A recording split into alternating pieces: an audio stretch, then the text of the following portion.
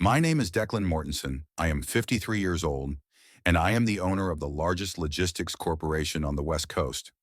Over the past 25 years, I have built an empire that transports cargo from Los Angeles to Tokyo with my own fleet of 43 ships and a network of warehouses in 7 countries.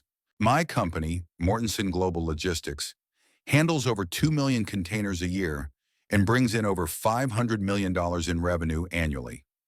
I live in Beverly Hills with my wife Vivian, who devoted herself to charity work after leaving her career as a financial advisor and now heads the board of trustees of the Museum of Contemporary Art. We have 2 children. Our son Blake, 28, graduated from Stanford with an MBA and works as vice president of business development at my company, and our daughter Serena, 24, is studying international relations at the University of Southern California while interning at a diplomatic mission. Blake lives in his own $1.5 million apartment in Santa Monica, while Serena still lives with us in our mansion on Rodeo Drive. That morning, Wednesday, May 10th, I sat in my office on the 37th floor of a tower in downtown Los Angeles, looking out at the city through floor-to-ceiling panoramic windows. Outside, an endless ocean of rooftops stretched out, interspersed with the greenery of parks and the glint of skyscraper glass. Roderick Steinbeck, my business partner and best friend for 20 years, sat across from me at a massive mahogany desk, studying a stack of documents several inches thick. Roderick was 2 years older than me, a former federal prosecutor who had left the legal profession for business and never regretted it. His analytical mind and extensive connections in government circles had saved our company from trouble more than once and helped us win lucrative contracts. The office was furnished with the quiet dignity befitting the head of a large corporation. Antique furniture, impressionist paintings on the walls, a collection of rare books on the history of navigation. 25 years of success had taught me to appreciate beautiful things, but I never forgot that all of this was the result of hard work and good decisions. Declan, the figures for Pacific Logistics look even worse than we expected, said Roderick, without looking up from the financial report. Their debts exceed the value of their assets by 38%. If we take them over, we'll gain access to their routes in Southeast Asia and contracts with the region's largest ports, but at the same time, we'll inherit all their financial problems. I leaned back in my leather chair and rubbed my temples. Pacific Logistics had been our main competitor in the region for the past 10 years, but over the last 2 years, the company had been in serious crisis. Their founder, 75-year-old Charles Preston, had made too many strategic mistakes in his attempts to aggressively expand the business and was now desperately looking for a buyer willing to take on his debts. We desperately need their exclusive contracts with the ports of Singapore, Hong Kong, and Shanghai, I replied, getting up and walking over to the window. Without them, we won't be able to compete effectively with Chinese state-owned companies. They are dumping prices so aggressively that they will soon completely squeeze private American firms out of the Asian market. And that's a third of our global turnover. Roderick nodded and turned another page of the report. His gray hair was neatly combed back, and his expensive dark blue Armani suit fit his trim figure perfectly. Despite being 55, he looked younger than many 40-year-olds and took care of himself with the meticulousness of a former military prosecutor. In his time, Roderick had successfully prosecuted organized crime, which taught him to be extremely attentive to detail and not to trust pretty promises. I have conducted a thorough analysis of their personnel and logistical capabilities, he continued, putting down one folder and picking up the next. Of the 2,300 employees, half will have to be laid off within the first 6 months, and the rest will have to be retrained to our corporate standards and procedures. This will take at least 6 months of active work and require an additional investment of $7.5 million, not counting severance pay. We worked out every aspect of the potential deal in detail until the evening. Roderick insisted on an even more thorough and comprehensive review of their Asian contracts, especially those signed in the last 2 years, suspecting hidden obligations. I wanted to move much faster, knowing that other major players in the market, including several European giants, were also eyeing Pacific Logistics assets. By 7:30 in the evening, we agreed to meet with the entire team of corporate lawyers the next day to finalize all the terms of our purchase offer.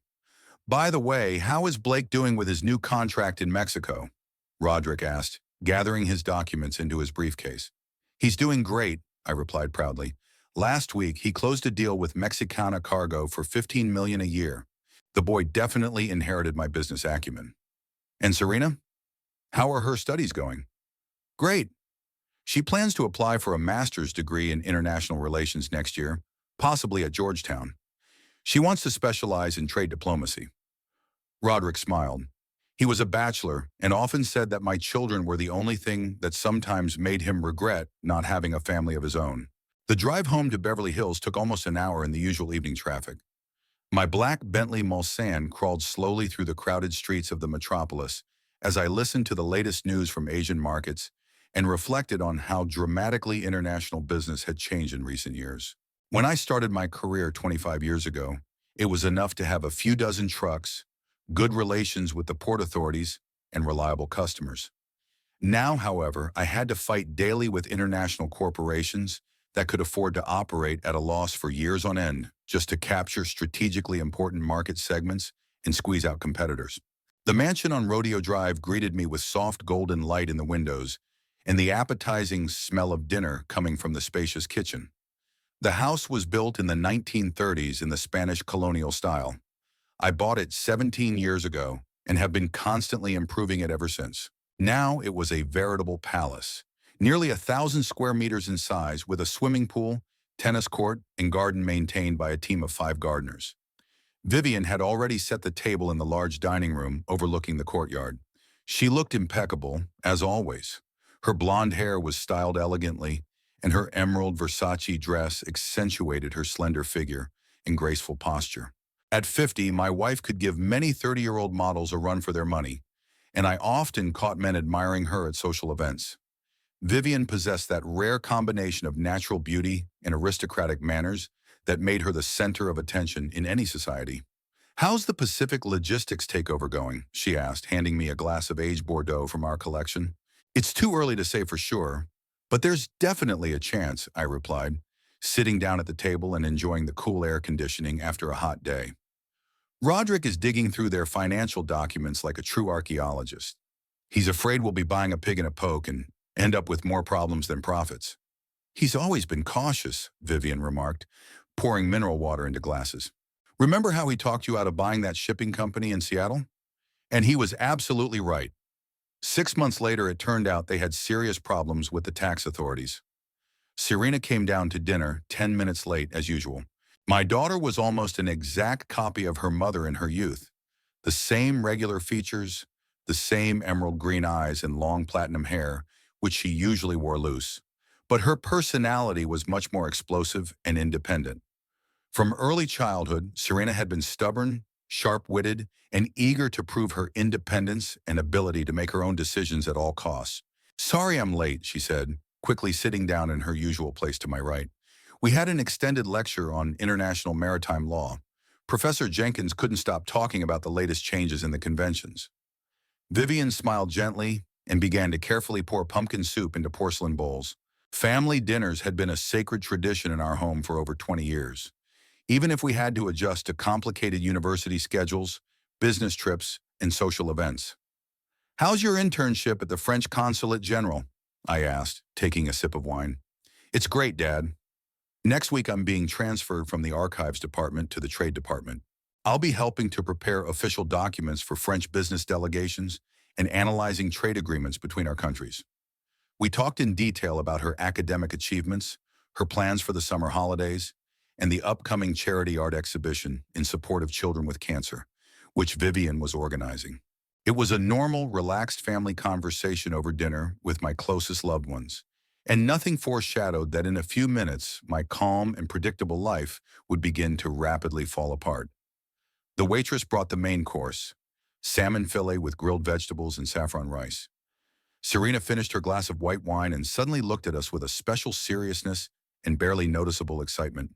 I knew that look well from her childhood. That's how she looked when she was about to tell us something really important or ask permission for something out of the ordinary. "Mom, Dad, I want to tell you something," she began, slightly nervous and fiddling with her napkin. "Last week, at an official diplomatic reception at the French Consulate General, I met a very interesting person. His name is Ethan Reynolds. Vivian immediately perked up and leaned forward, putting down her fork. Like any mother, she was always particularly interested in the young men who appeared in her daughter's life. Tell me more about him, dear. Who is he? What does he do? Where is he from? Ethan runs his own hedge fund called Reynolds Capital Partners, Serena replied, her voice clearly tinged with pride and admiration. He specializes in high-risk investments in promising technology startups, especially in the fields of artificial intelligence and biotechnology. Ethan is incredibly intelligent, highly educated, fluent in 4 languages, and has a master's degree in economics. I felt a slight but distinct uneasiness, not because I was fundamentally opposed to my daughter's romantic relationships.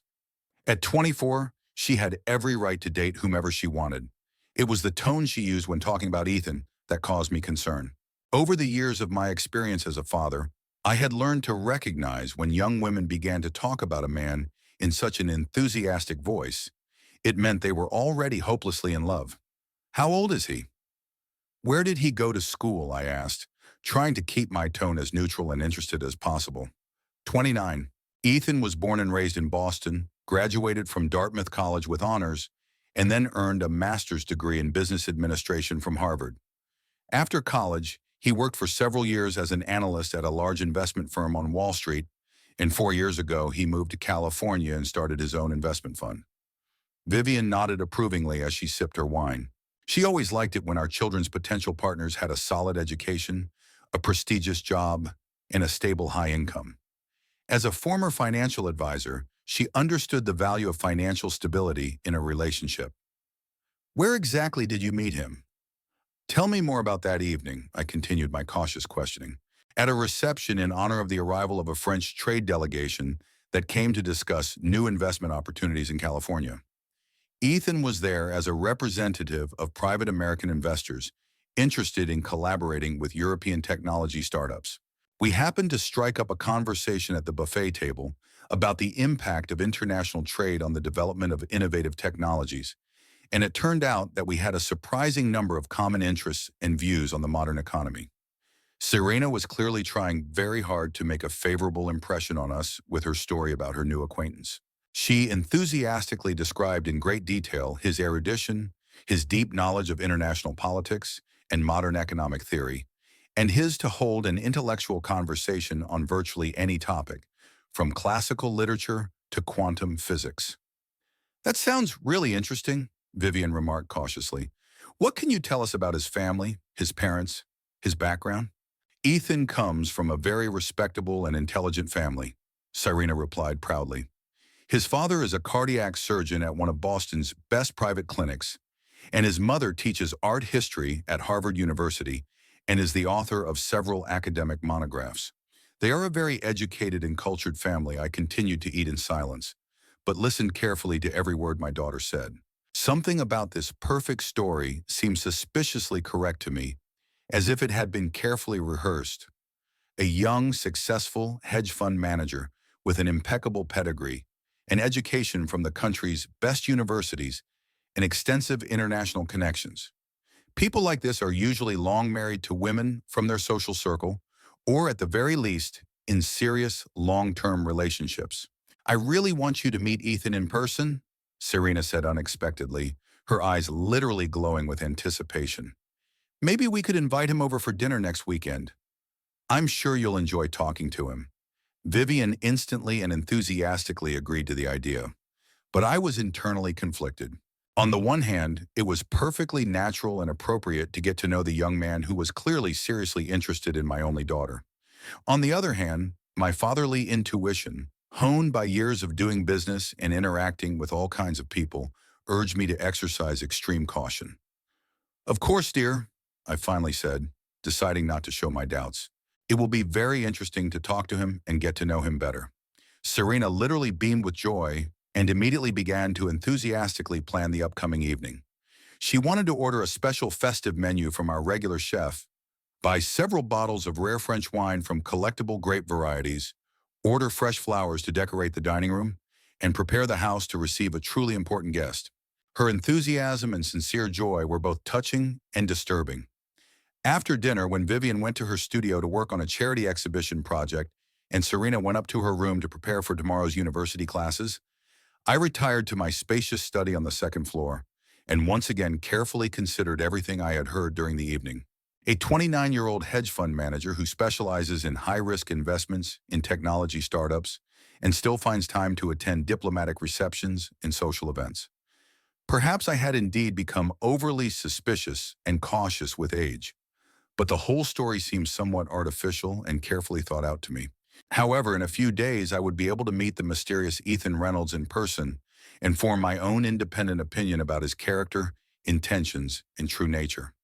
On Saturday evening, our house was being prepared for the guest's arrival with particular care. Serena spent the whole day making preparations, as if she were preparing for a state reception. She personally supervised every detail, from the fresh white orchids in crystal vases to the polishing of the silverware. Chef Carlos was instructed to prepare an exquisite five-course menu, including lobsters delivered that morning directly from Maine. In the wine cellar, I personally selected a bottle of 1982 Chateau Margaux, a $3,000 wine that we usually only opened on the most special occasions. Blake arrived at 6 p.m., as I had requested. My son looked impeccable in a dark blue Brioni suit and the Swiss Patek Philippe watch I had given him for his graduation from Stanford. In recent years, Blake had become a true professional, confident, analytical, and completely devoted to the family business. He had inherited my practical mind and ability to quickly assess people. "So who is this guy that Serena raves about?" he asked, taking a glass of whiskey from me. "I don't know yet," I replied honestly, "but something about this story doesn't sit right with me. It's all too smooth and perfect." "I see.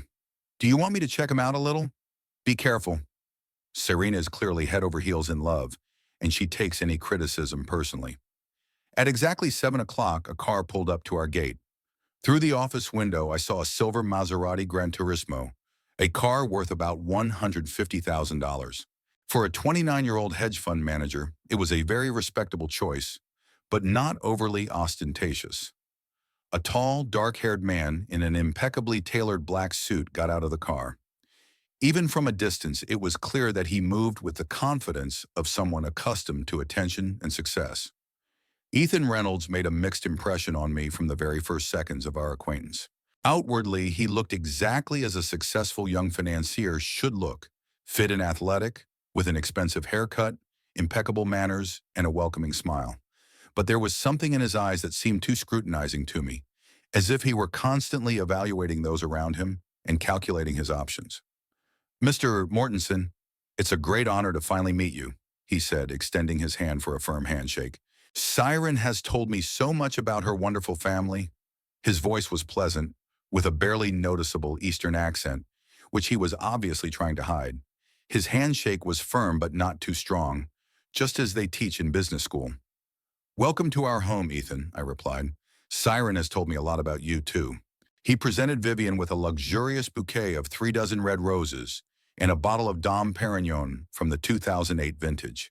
His gestures were appropriate, but seemed too rehearsed. "What a beautiful house," Ethan said, looking around the hall with its marble staircase and antique paintings. "Siren said it was built in the 1930s? 1934, Vivian confirmed. "We bought it 17 years ago and completely restored it." "Magnificent work. I see several paintings from private collections. Is that landscape on the right by Sisley?" Vivian raised her eyebrows in surprise. Indeed, hanging on the wall was a small but very valuable work by the Impressionist, which we had purchased at Sotheby's auction 5 years ago. "Are you knowledgeable about painting?" she asked. "A little. I studied art history as a minor in college.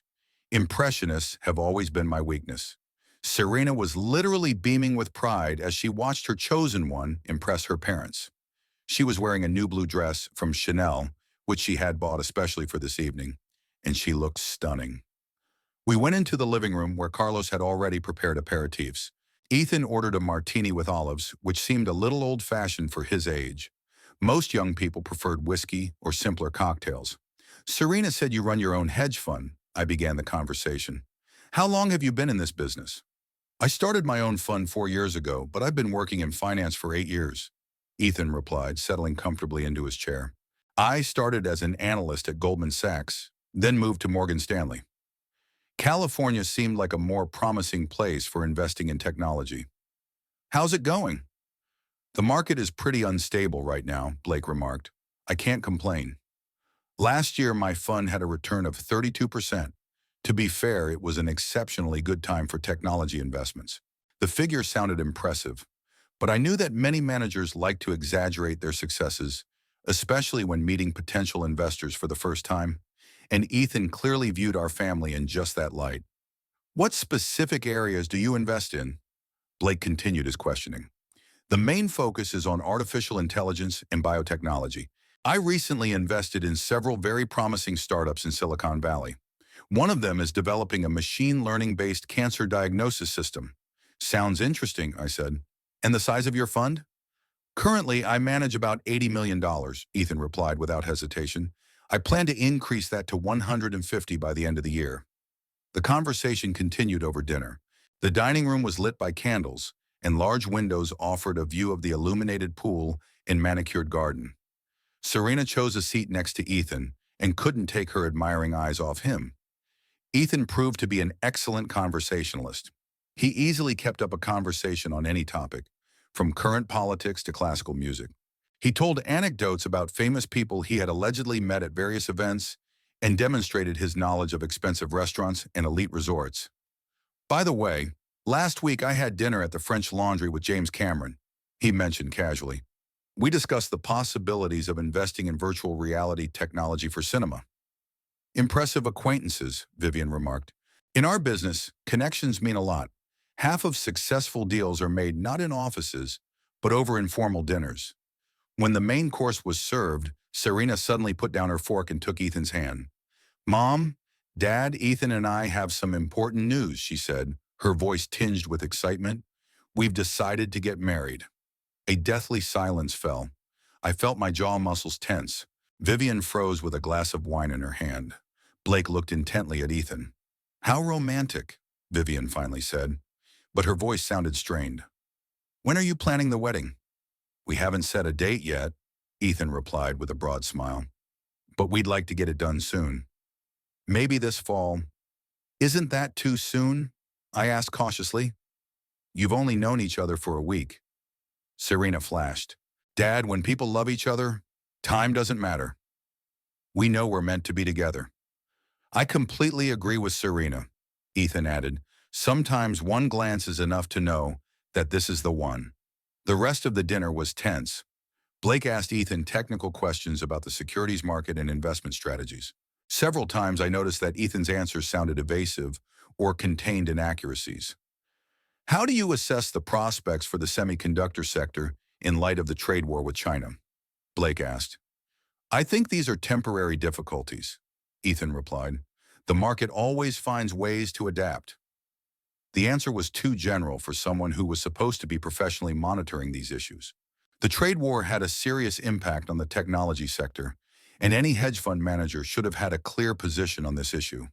What is your risk hedging strategy? Blake continued. Standard portfolio diversification, Ethan replied vaguely. We don't put all our eggs in one basket. It was a platitude that any economics student could have uttered. A real fund manager would have talked about specific instruments, derivatives, options, currency hedging. When Ethan excused himself and went to the bathroom, I quickly exchanged glances with Blake. I could see from his face that he was thinking the same thing. Something's not right here, my son said quietly. I feel it too. Around 10 o'clock, Ethan started getting ready to go home. He said a warm goodbye to everyone, thanked them again for the wonderful evening, and promised to come back soon. I really enjoyed meeting your family, he said to Serena at the door. Now I understand where you get your good manners and sophistication. After he left, we all gathered in the living room. Serene was beaming with happiness, but it was clear from the expressions on the others' faces that their impressions were mixed. So, what do you think of Ethan? She asked, expecting unanimous approval. I exchanged glances with Vivian, wondering how best to express my doubts. He's definitely a charming young man, Vivian began cautiously. But don't you think you're rushing into marriage, dear? Mom, I'm a grown woman, and I can make my own decisions, Serena snapped. It's not about your age, I interjected. It's just that some of his answers seemed inaccurate to me. What do you mean? Blake decided to speak up. Siren, I asked him professional questions about the financial markets. His answers were too general. It seems that he doesn't have a very deep understanding of the areas in which he supposedly specializes. Siren's face flushed with indignation. I can't believe you interrogated him like a criminal. Ethan simply didn't want to bore us with technical details. Honey, we're just worried about you, Vivian said gently. Maybe it's better to get to know each other better before taking such a serious step. You don't know him at all, Serena snapped. Ethan is kind, smart, successful. He loves me and I love him. That's enough. Of course, love is important, I agreed, but marriage is a serious decision. We just want to make sure you're not making a mistake. A mistake? Serena jumped up. The only mistake is that I hope for your understanding and support. You're acting like snobs who think no one is worthy of your precious daughter. Siren, calm down, Blake tried to reason with her. We have nothing against Ethan personally. We just want to be sure of his intentions. His intentions are completely honest. She shouted, one unlike yours. You've already decided you don't like him without even giving him a chance. With that, she turned and headed for the stairs. Siren, wait, Vivian called after her. Let's talk calmly. There's nothing to talk about, her daughter threw over her shoulder. I'm marrying Ethan, whether you like it or not. She climbed the stairs and slammed her bedroom door so hard that the pictures on the walls shook. A heavy silence hung in the living room. I think we could have expressed our concerns more delicately, Vivian sighed. Perhaps, I agreed, but it's better to tell the truth now than to regret it later. Blake twirled a glass of half-finished wine in his hands. Dad, what if we run a check on him? Discreetly, of course, just to make sure he's who he says he is. I thought about it. It was a reasonable idea, but if Serena found out, she would never forgive us. I'll talk to Roderick, I decided. He has connections that will help us find out the truth without causing a fuss. We discussed the situation for a while longer, but everyone understood that the family peace had been disrupted, and it would not be easy to restore it, especially if our suspicions turned out to be true. On Monday morning, I couldn't concentrate on my work. The documents for the Pacific Logistics takeover lay untouched on my desk, and I stared out the window at the gray sky over Los Angeles and thought about Saturday night's dinner. Siren didn't come down to see us that night, and in the morning she left for college without even saying goodbye. Vivian tried to talk to her before she left, but her daughter just nodded and walked out of the house with a stony face. Around noon, I called Roderick and suggested we meet at the Los Angeles Country Club, one of the most exclusive and prestigious establishments in the city, where we could talk quietly without fear of prying ears. The club had been around for over 100 years, and its members were only the most influential people in California. Billion-dollar deals were made here, and issues that never made it into the press were discussed. Roderick arrived at 3 o'clock in the afternoon. We settled into the far corner of the library, in leather armchairs by the fireplace, where no one could overhear us. The waiter brought us Hennessy Parody cognac and discreetly withdrew. Roderick looked impeccable as always. A gray Armani suit, platinum cufflinks, neatly combed gray hair. His face expressed the professional attention of a man accustomed to listening to complex stories and finding their weak points. What happened, Declan? You sounded worried on the phone, he said, sipping his cognac. I told him in detail about Serena's acquaintance with Ethan, about Saturday's dinner, and my suspicions. Roderick listened silently, only occasionally asking clarifying questions. His face remained impassive, but I knew that behind this calm exterior lay a quick, analytical mind. I understand your concern, he said when I finished my story. The story does sound suspicious. Too many correct answers to all the questions. In my experience as a federal prosecutor, people like that usually turn out to be frauds. What do you recommend? Roderick thoughtfully twirled his glass in his hands. I have contacts at the FBI and the SEC. I can discreetly check whether Reynolds Capital Partners exists and whether Ethan Reynolds is registered as an asset manager. It will take a day or two, and no one will know about the check. What if he's clean? Then you'll apologize to your daughter and give him a chance. But if my suspicions are confirmed, it's better to find out now than after the wedding. We agreed that Roderick would start the investigation immediately. His connections in law enforcement allowed him to obtain information that was not available to ordinary citizens. Over the years as a federal prosecutor, he had accumulated many debts that he could now use to the benefit of his friends. There's one more thing, Roderick added. If this guy is really a con artist, he's a professional. An amateur wouldn't get involved with a family of your stature. Too many risks and too much attention. What do you mean? If he decided to play this game, then the stakes are very high. Perhaps he knows more about your finances than it seems. This thought sent a chill through my chest. Indeed, information about our family's wealth was not a state secret, but it couldn't be called public knowledge either. If Ethan had studied us in advance, it changed the whole picture. In the evening, I met Blake at his apartment in Santa Monica. My son lived in a modern high-rise complex overlooking the ocean, which he had chosen and bought with his own money. The interior was minimalist in style, light colors, modern furniture, no unnecessary details.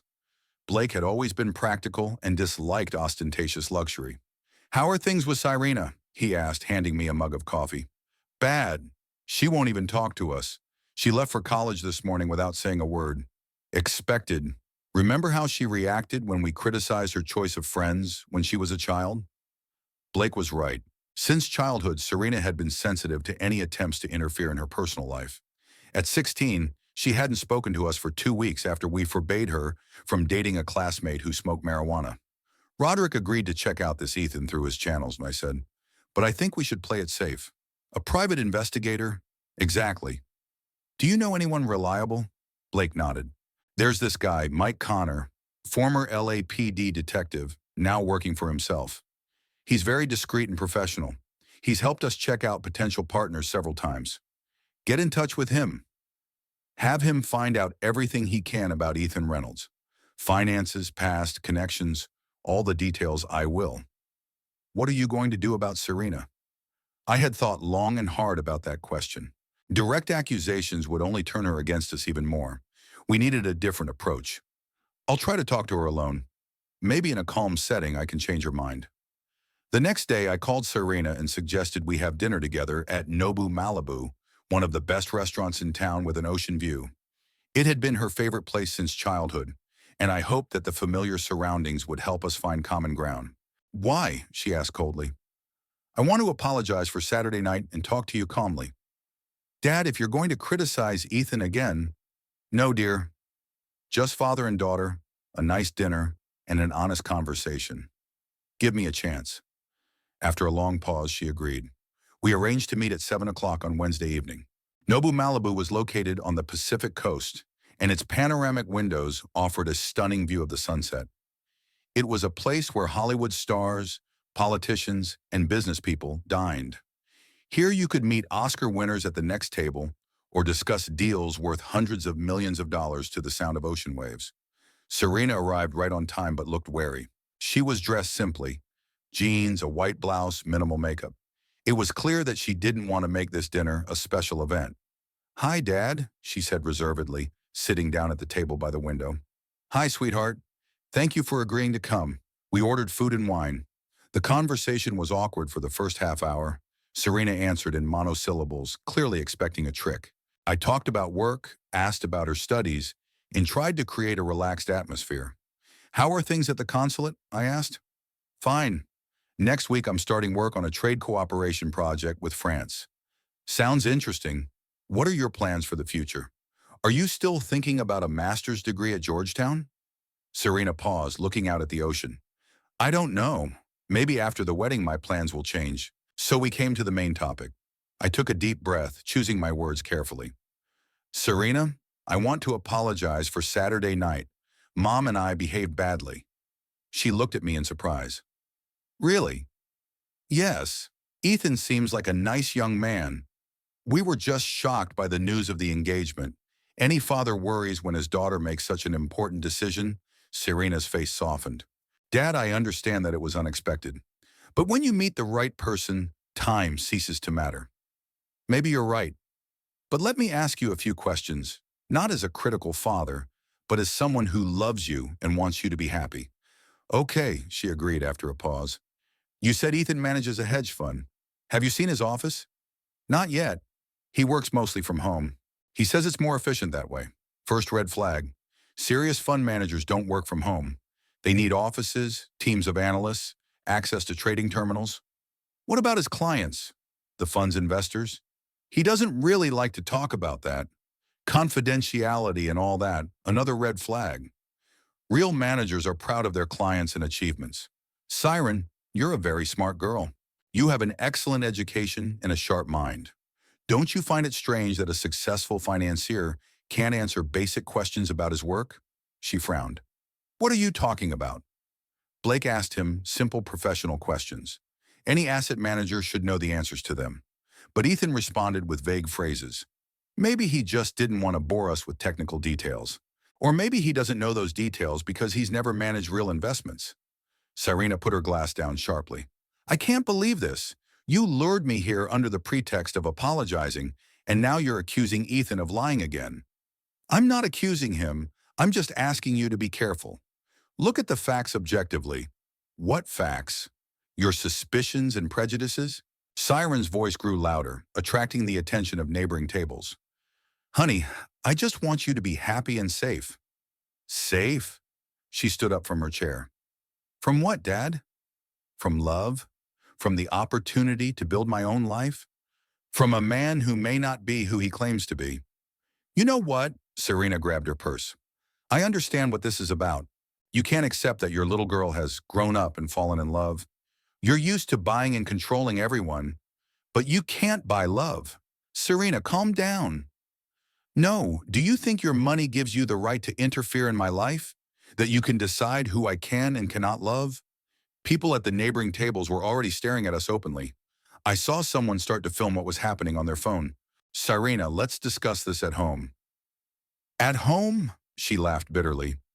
This house stopped being a home the moment you decided that Ethan wasn't good enough for your precious daughter. I never said that. You don't need to say it, Dad. It's obvious you think no one is good enough for a Mortensen girl, that all men are only interested in me for my money. That's not true. Yes, it is. Tears of anger glistened in her eyes. You're so cynical that you can't believe in true love. For you, everything can be bought and sold. Siren, you're being unfair. Unfair? Is it fair to interrogate my fiancé? Is it fair to accuse him of cheating without any evidence? She leaned across the table toward me, her voice cold and determined. You know what, Dad? Ethan was right when he said that rich people don't understand real feelings. All they care about is money and status. When did he say that? It doesn't matter. What matters is that he was right. You're trying to buy my obedience with this expensive dinner and false apologies. That's not true, and you know it. I know. Do I know that you didn't hire a private investigator to follow Ethan? Or ask your influential friends to check him out through the police? My face must have given me away, because Cyrena smiled triumphantly. That's right. I knew you were capable of something. You didn't just express doubts. You've already started hunting the man I love. Siren, let me explain. There's nothing to explain, she cut him off. It's clear. You've decided to destroy my happiness because it doesn't fit into your plans. She turned and headed for the exit, but at the door she turned around. You know what, Dad? Maybe we really should hurry up with the wedding. The sooner I marry Ethan, the sooner I'll be free of your control. With that, she left the restaurant, leaving me alone at the table under the curious glances of the other patrons. I finished my wine and paid the bill, realizing that my attempts to reason with my daughter had not only failed, but had made the situation worse. The drive home took an hour, and the whole time I agonized over what to do next. Cyrena was right about one thing. I really didn't trust Ethan and had already started checking him out. But she was wrong in thinking it was about money or control. It was about my paternal instinct, which was screaming danger. A gloomy Vivian was waiting for me at home. How was dinner, she asked. It couldn't have been worse, I replied and told her about the scandal. What are we going to do? Wait for the results of the investigation. If Ethan is honest, I'll publicly apologize and give him a chance. If not, she'll never forgive us. I nodded, realizing that we were trapped. Any action we took now would be perceived as an attempt to destroy her happiness, and inaction could lead to disaster if our suspicions were confirmed. After the scandal in the restaurant, the atmosphere in our house became unbearable. Cyrena hardly ever came home, spending all her time at university or with her friends, and when she did come home, she pointedly ignored us. At breakfast, she didn't look up from her phone, answering our questions with monosyllables or not answering at all. Vivian suffered the most. She had always been very close to her daughter, and this silence broke her heart. By Friday, the tension had reached its peak. The house, which had always been our fortress and place of peace, had turned into a battlefield where every word could provoke a new conflict. Vivian suggested we go to our estate in Napa Valley for the weekend to give everyone a chance to cool off and think about the situation in a calm environment. Maybe in 2 days, Serena will calm down and be more receptive to talking, she said over breakfast on Friday morning. Serena was just coming down the stairs with her bag over her shoulder, getting ready for college. Hearing her mother's words, she stopped. "Where are you going?" she asked coldly. "To Napa for the weekend," Vivian replied. "Would you like to come with us? Fresh air, peace, and quiet. Maybe we'll be able to talk calmly." "No, thank you. I have plans for the weekend." "What plans?" I couldn't help asking. Siren shot me an angry look. "That's none of your business. I'm a grown woman and I can spend my time however I want." "Of course you can, dear," Vivian said softly. "We're just worried." "Don't worry. Ethan will be with me. He'll take good care of me." With that, she stormed out of the house, slamming the door behind her. Vivian and I exchanged glances. Spending the weekend alone with Ethan was exactly what we feared most, but we couldn't stop her now. By noon, we had packed our things and set off for Napa Valley in my Porsche Cayenne. The drive took an hour and a half, and gradually the hustle and bustle of the city gave way to picturesque hills covered with vineyards. Our estate was located on 200 acres of land, with its own vineyard, winery, and Tuscan-style villa. I had bought this land 10 years ago as an investment, but over time I had grown to love this place and often came here to relax from business. The weekend passed quietly but without much joy. We walked through the vineyards, read, played tennis on our own court, and had candlelit dinners on the terrace overlooking the valley. Normally, we would have thoroughly enjoyed such a vacation, but now our thoughts kept returning to Sirena and her mysterious fiancé. On Saturday evening, Blake called me. "Dad, how are you?" "How's Cyrene?" "Not good. She won't even talk to us." "What's the detective saying?" "Connor is working on it. Nothing concrete yet, but he's checking the addresses Ethan gave him. He says he'll have the full picture by Monday." "Has Roderick found out anything?" "Nothing yet, but you know how long these federal checks take on Sunday morning." I tried to call Serena, but she didn't answer. Vivian tried to call her too, with no luck. By lunchtime, we were both seriously worried. "Maybe we should go home," Vivian suggested. "Let's wait until tonight." I don't want to seem paranoid, but by evening, the anxiety had become unbearable. Serena wasn't answering her calls or texts. This wasn't like her. No matter how angry she was, she always let us know she was okay. "That's it. I can't wait any longer," I said at 6 in the evening. "Let's go home." The drive back seemed endless. I was speeding, passing other cars, and Vivian was nervously fiddling with her purse. We both felt that something was wrong, but we didn't want to voice our fears. By 8 o'clock, we were home. Serena's car wasn't in the garage, but that didn't mean anything. She could be at Ethan's or with her friends. The house greeted us with its usual silence and cool air conditioning. "Serena," Vivian called. "We're home." There was no answer. We went upstairs and looked into our daughter's room. The door was open, but the room looked strangely empty. It took me a moment to realize what was bothering me. Her personal belongings were gone.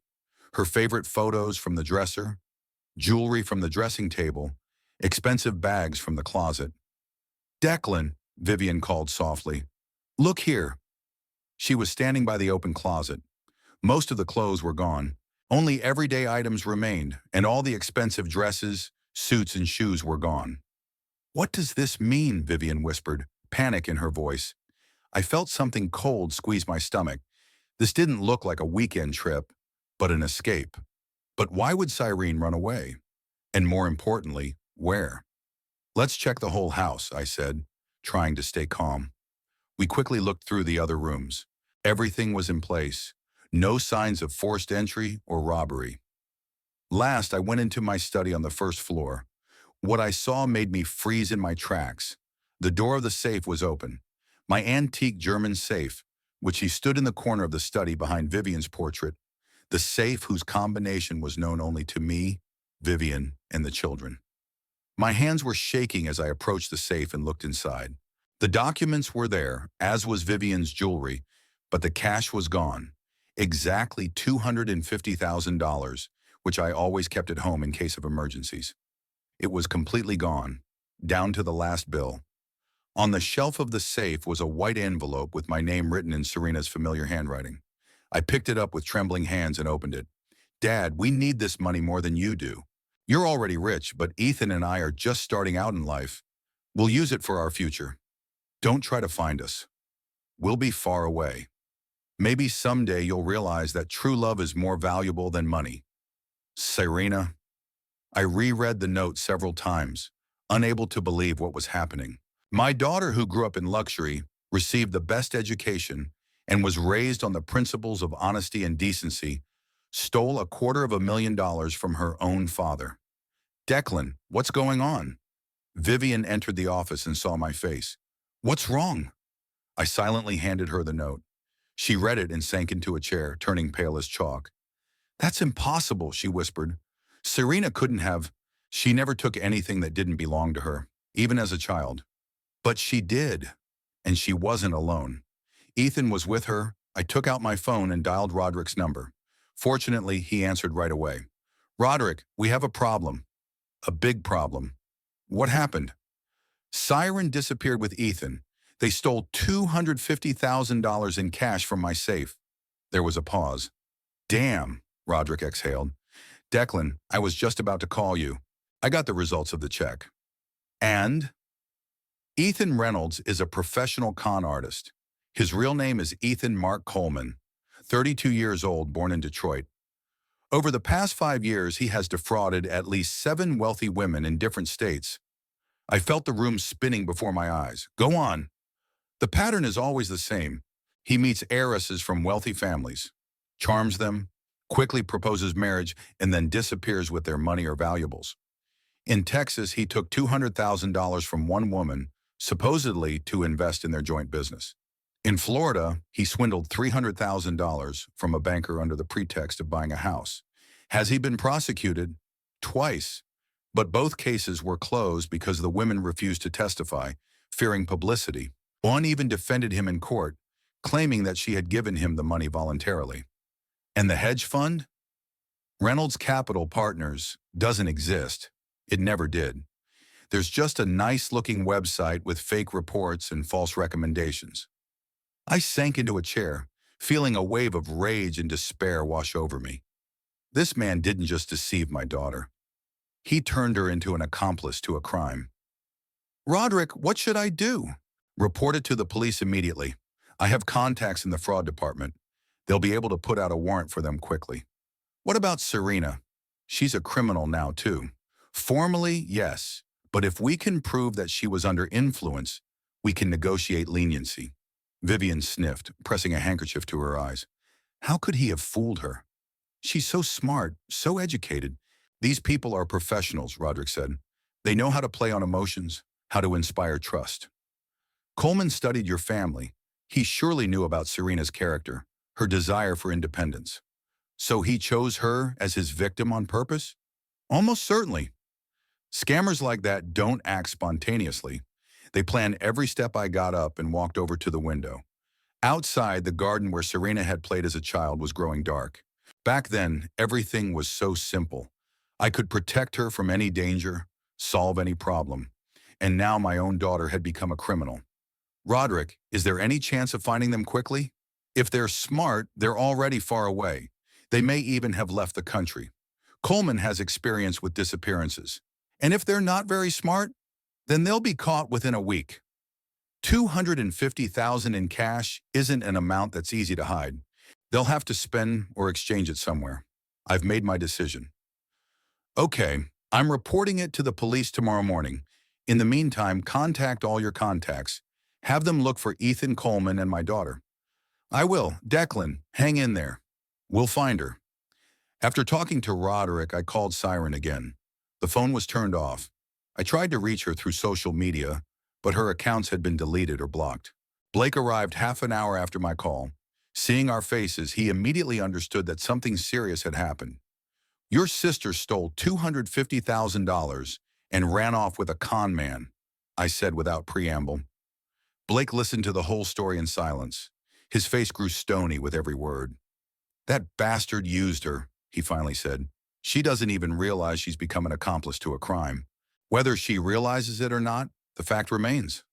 She stole our money. Dad, you're not going to sue her, are you? I was silent for a long time, thinking about the question. On the one hand, Serena was my daughter, and I loved her no matter what. On the other hand, she had committed a serious crime and had to be held accountable. I don't know, I replied honestly. First, we have to find them. Then we'll figure it out. Vivian looked up with tear-filled eyes. What if we don't find them? What if she's gone forever? We will find them, I said firmly. We will definitely find them. And then this Coleman guy will learn what it means to cheat the Mortensen family. Blake nodded. I'll call in all my contacts. Private investigators, security services, everyone I know. Me too, I added. I have connections in the banking world. If they try to cash out or invest the stolen money, we'll find out.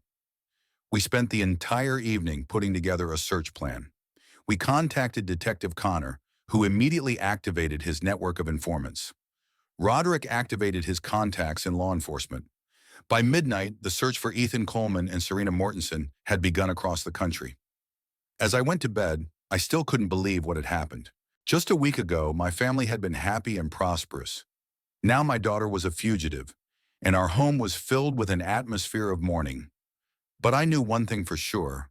Wherever they were hiding, I would find them. And then Ethan Coleman would realize he had picked the wrong family for his fraudulent games. 2 days of searching yielded no results. The police followed standard protocols. Private investigators combed through hotels and airports. But Ethan Coleman and Serena seemed to have vanished into thin air. Their bank accounts showed no activity, their credit cards had not been used, and their cell phones remained turned off. A professional con artist knew how to hide from pursuit. On Wednesday morning, Detective Connor called me. Mr. Mortensen, I have some information. One of my sources in Las Vegas reported a couple matching the description at the Venetian casino. The man is spending large amounts of cash and the woman looks depressed. Are you sure it's them? Not yet, but the surveillance photos are very similar. I'll email you the pictures. A few minutes later, I received blurry images from the security cameras. The quality wasn't perfect, but the silhouette of the man definitely resembled Ethan, and the woman next to him could be Serena. She was sitting at the gaming table, slumped over, looking as if the world was falling apart around her. What do we do? Connor asked. Watch and wait. Don't scare them off. I need time to prepare. I contacted Roderick immediately. In 2 days, my friend had turned into the command center for the operation to capture the fugitives. His connections in law enforcement worked day and night, and he himself hardly left his office. Roderick, they're in Vegas. We need a plan, official or unofficial. What do you mean? If it's official, we bring in the Nevada police, arrest them right in the casino, and then it all goes through the courts. Slowly, publicly, with the guarantee that Coleman will get a good lawyer and deny everything to the end. And unofficially, I have people in Vegas, former federal agents, now working in the private sector. They can take them quietly, without unnecessary noise. Bring them here for a conversation. I understood that Roderick was proposing to act outside the law. But the thought of this crook dragging the case through the courts for years while my daughter sat in prison as an accomplice made me furious. How long will it take them? 6 to 8 hours. They'll pick them up from the casino and bring them here in a private plane. They'll be here by morning. Do it. Roderick gave me the phone number of a man named Marcus, who was coordinating the operation in Nevada. He was a former FBI agent with 20 years of experience who, after retiring, had organized a company to solve sensitive issues for wealthy clients.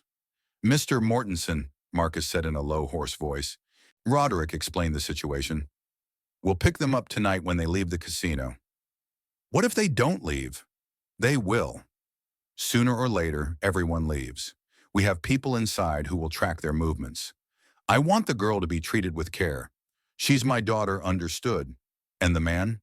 Do whatever you think is necessary with the man. That evening, I called an emergency family meeting.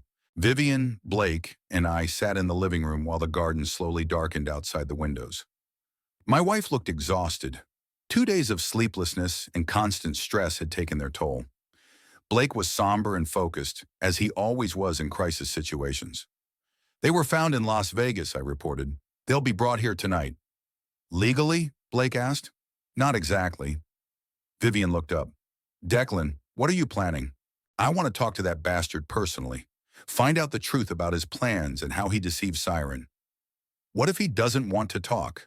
He will, I said grimly. Blake nodded in understanding. My son knew that sometimes you have to be tough in business, and he understood my motives. Vivian looked worried, but she didn't protest. She also wanted to know the truth about the man who had destroyed our family. At 1:30 in the morning, a black SUV with no license plates pulled up to the gate. Marcus turned out to be a short, stocky man in his 50s, with cold gray eyes and a scar on his left cheek. He gave a brief report on the results of the operation. We picked them up at the casino exit at 11 p.m. local time. The guy tried to resist. The girl was in shock. We found the money in their room safe, $187,000 in cash. He must have lost the rest at the casino. Where are they now? In the van at the gate. The guy is tied up, and the girl is under a light sedative. She was hysterical. Take them into the house. Marcus motioned to his men. Ethan Coleman was led out of the van with his hands tied behind his back, and Serena, who could barely stand on her feet. My daughter looked terrible. Her hair was disheveled, her makeup smeared, her dress wrinkled. When she saw me, a mixture of fear, shame, and despair flashed in her eyes. Dad, she whispered. Be quiet, I snapped. Be quiet for now. Ethan, on the other hand, tried to remain defiant even in this situation. You have no right to keep me here. This is kidnapping. I demand a lawyer. Shut up, Marcus said calmly and pushed him gently toward the house. We went down to the basement, which I had once converted into a wine cellar, but now it looked more like an interrogation room. Roderick was already waiting for us there, sitting in a chair with a glass of whiskey in his hand. His face showed the cold determination of a man who was prepared to go as far as necessary. Marcus tied Ethan to a heavy wooden chair in the center of the room. Siren was seated on a sofa in the corner, where she could see and hear everything that was happening. Marcus's 2 guards stood by the door. So, Mr. Coleman, I began, approaching the bound swindler. I think it's time to tell the truth. I don't know what you're talking about. My name is Ethan Reynolds. I'm an investment fund manager. Marcus silently approached him and punched him in the stomach. Not hard, but enough to knock the wind out of him. Dad, no! Siren cried, trying to get up from the sofa. Sit down, I ordered without turning around. And listen carefully. Now you're going to learn the truth about your fiancé. Ethan coughed and tried to catch his breath.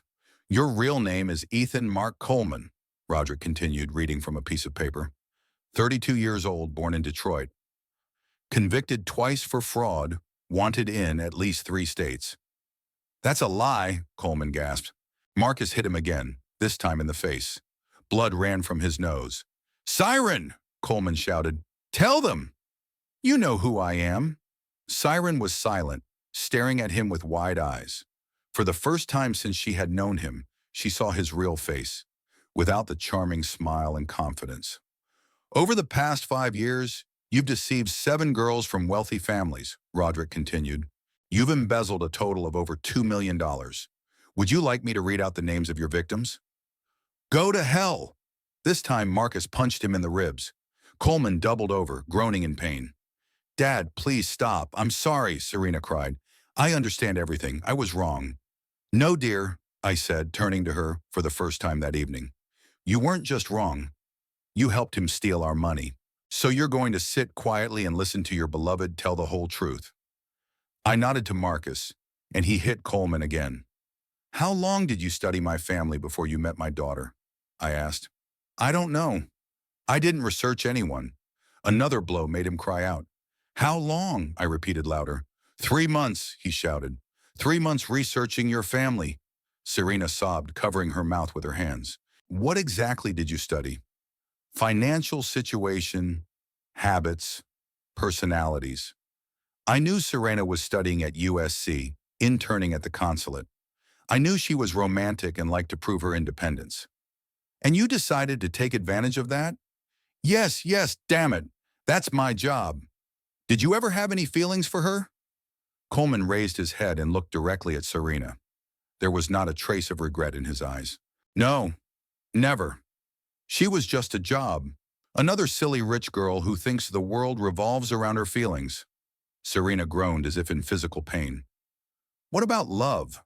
The marriage proposal? It was all an act, to get her to agree to what I wanted faster. What exactly? Access to your money. I knew about the safe in your office. I knew there was cash in there. The plan was simple. Marry her, get access to the family finances, and then disappear. But you didn't wait for the wedding. She offered to take the money herself. Coleman tried to smile despite his broken face. She said she wanted to prove her independence to her parents. I just played along with her childish rebellion. What did you plan to do next? Disappear. I had a ticket to Buenos Aires for Monday. Serena thought we were going on our honeymoon. And in reality? In reality, I would have left her at the airport and flown away alone. With the money. Serena burst into tears, burying her face in the sofa cushion. All her illusions, all her dreams of great love, collapsed in an instant. She realized that she had been nothing more than a tool in the hands of a professional con artist. Is there anything else we need to know? Roderick asked. Go to hell, all of you, Coleman croaked. Marcus raised his hand to strike again, but I stopped him with a gesture. That's enough. We've learned everything we wanted to know. I walked over to Serena and sat down next to her on the sofa. Now, do you understand what happened? She nodded without lifting her head. Do you understand that you became an accomplice to a crime? Yes, she whispered. And do you understand that your mother and I tried to warn you? Yes. I'm sorry, Dad. I'm sorry for everything. I hugged my daughter, feeling her tremble with sobs. My anger toward her gradually gave way to pity. Yes, she had committed a crime, but she was as much a victim as she was a criminal. Marcus, I said, standing up, hand Mr. Coleman over to the police. Let them deal with him according to the law. And the girl? The girl stays at home, under house arrest until we decide what to do next. Coleman was taken out of the basement. An hour later, he was being questioned by Los Angeles police detectives on official charges of fraud, theft, and illegal crossing of state lines. The money was returned to our safe, but I didn't feel victorious. Yes, the fraudster had been caught and would be punished. Yes, the money had been returned to the family, but something important had been destroyed forever. My relationship with Serena had changed dramatically. She was no longer my little princess who believed in fairy tales about handsome princes. She had become a woman who had learned that the world could be cruel and cynical, that people were capable of meanness and betrayal, and I was no longer her almighty father who could protect her from any misfortune. Now she knew that I was capable of cruelty, that in a critical situation I could act outside the law. That night, when it was all over, we sat in the living room. Me, Vivian, Blake, and Serena. No one knew what to say.